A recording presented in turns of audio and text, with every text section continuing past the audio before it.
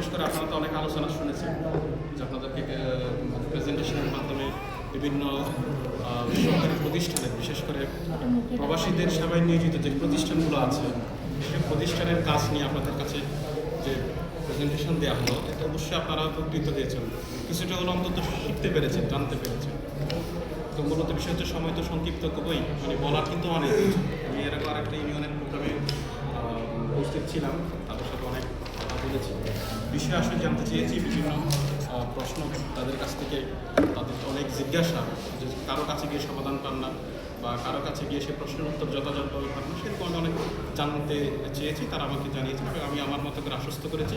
যোগাযোগ করার আমার অবস্থান থেকে তাদেরকে সে বিষয়ে যথাযথ উত্তর প্রদান করার। কিছুক্ষণ আগে আমার আমি তো বিষয় জানি না, এখন অনেকে চিনি না, সেটা বিডিও হাতে আছেন, তো উনিও যে প্রবাসী কল্যাণ ব্যাংকের বিষয়ে যে একটা বক্তব্য উপস্থাপন করেছেন, তো এই বিষয়ে আসলে একটু মিনিট